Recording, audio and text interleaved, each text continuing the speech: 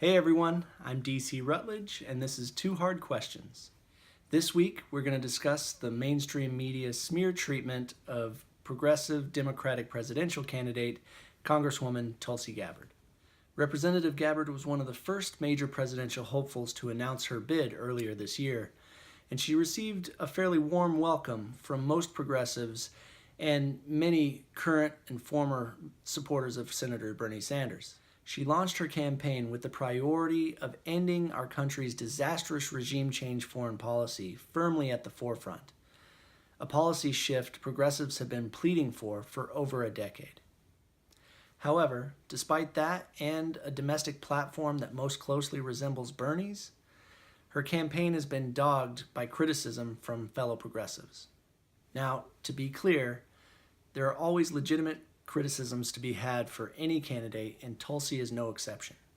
In her case, one of the biggest is some very troubling anti-gay views that she held when she was in her early 20s. Of course, she has repeatedly recanted, denounced, and apologized for those former views. Plus, she's never expressed those views in her voting record. In fact, she's been a stalwart ally of LGBTQ rights issues for over 3 terms in the U.S. Congress. But with such a deeply personal and emotional issue for members of the LGBTQ community, genuine criticism of her former beliefs is to be expected and should continue to be treated very seriously by the candidate and her campaign. That being said, many mainstream media outlets have been pushing a different, wholly disingenuous line of attack to smear her candidacy in the eyes of Democratic voters. And that's what we'll be looking at for this week's Two Hard Questions. Let's start with how the mainstream media is smearing Tulsi Gabbard.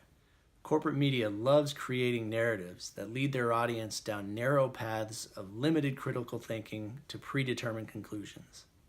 They did this in the 2016 DNC leak controversy by shifting the focus from the contents of the leaked emails, which showed DNC and media collusion against the Bernie Sanders campaign, to speculation over who the source of the leak was. This particular narrative has morphed into the long-running Russiagate following the 2016 election and has since ushered in a new Red Scare era in America. This return to 1950s-style McCarthyism, where anyone who doesn't explicitly condemn and support confrontation with the Russians or any other foreign government the establishment doesn't like is instantly smeared as an apologist or a puppet or possibly even a traitor. This is precisely the narrative that has been assigned to Tulsi since she had the gall to oppose the regime change war in Syria and question the word of U.S. intelligence officials before she first sees the evidence. Whether the president or the Pentagon or the Secretary of State says that they have the evidence, the fact remains that they have not brought that evidence before Congress, they have not brought that evidence before the American people, and they have not sought authorization from Congress to launch this military attack on another country. I remind you about what happened before we launched an invasion and occupation of Iraq. Then Colin Powell and many others within the administration came to Congress and came to the UN claiming they had the evidence proving that Saddam Hussein had weapons of mass destruction.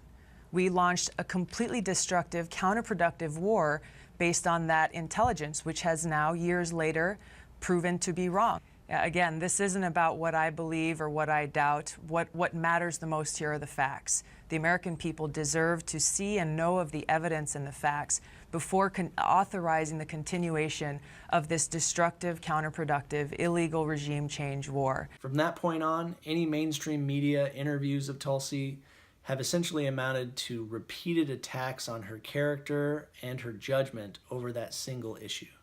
Did she ask you why you met with Assad? Do you think Assad is our enemy? And what do you say to military members who have been deployed repeatedly in Syria, pushing back against Assad? Is he an adversary of the United States? Are Assad's interests aligned with ours? Assad seems interested in the slaughter primarily of his own people. Is it important to talk about these things? it's that he important. uses chemical weapons on his own people? What's going on here? Why you met with Assad? I'm interested in the truth. Why it looks like you were very cozy with Assad? Do you think that Assad is a good person? Vladimir Putin, is he an adversary of the United States of America? There have been reports that that Russian apparatus that interfered in 2016 is potentially trying to help your campaign. Why do you think that is? Cite those reports and their credibility. Well, the Russian propaganda machine, we did an analysis actually. I just want to point out. News. I want to point out that that NBC article has been debunked and disproven. By whom? Because I would ask you to look at the credibility of the sources and the so-called experts. Well, I'm certainly not going to sit here and say that my colleagues did not do their due diligence. Other journalists I do know what our standards are here. So should we not get involved when we see atrocities abroad? When I hear the name Tulsi Gabbard, I think of an Assad apologist. I think of someone who comes back to the United States and is spouting propaganda from Syria. What Maduro is doing to the people of Venezuela, he is a thug, he is a dictator, he is corrupt. Why are you so against intervention in Venezuela? Another way they amplify these smear tactics is by completely ignoring anything that's not a smear, such as not covering her campaign launch, not giving her an individual town hall, and intentionally leaving her off of polling charts like this one by MSNBC's Steve Kornacki, which included 6 out of 10 candidates who at the time hadn't even created exploratory committees, but no mention of Tulsi, who had announced her candidacy nearly 3 weeks earlier. They literally only want people to hear their narrative. So once they're done with one smear, it's radio silence on her until the next one. Now let's talk about why the mainstream media is using this narrative to smear Tulsi Gabbard. Tulsi is hands down the most vocal Democratic presidential candidate against regime change wars.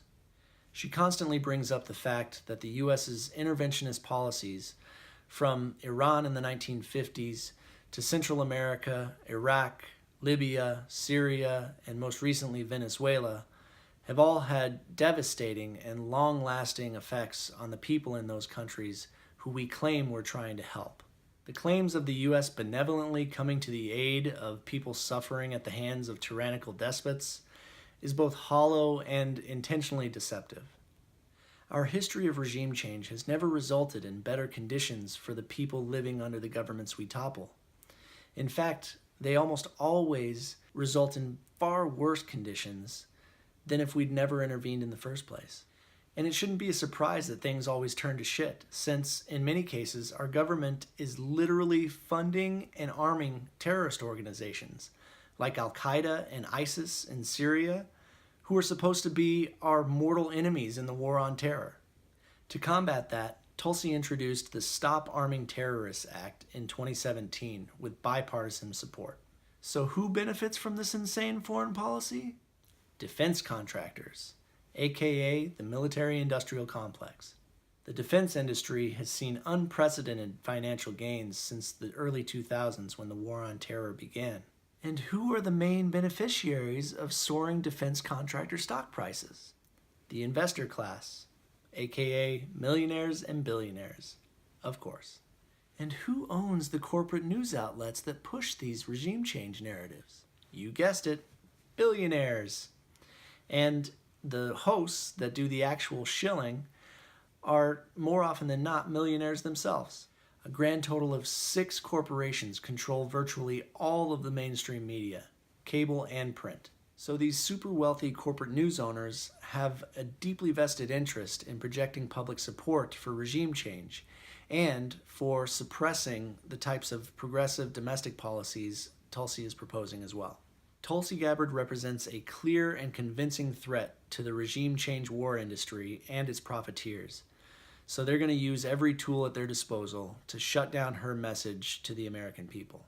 That's why if ending our regime change wars is important to you, whether you support her candidacy or somebody else's, you should still consider giving whatever you can, even if it's just $1 to her campaign, so that she can secure a spot on the debate stage in June. No one else on that stage is going to challenge the powers that be on this issue stronger than Tulsi Gabbard.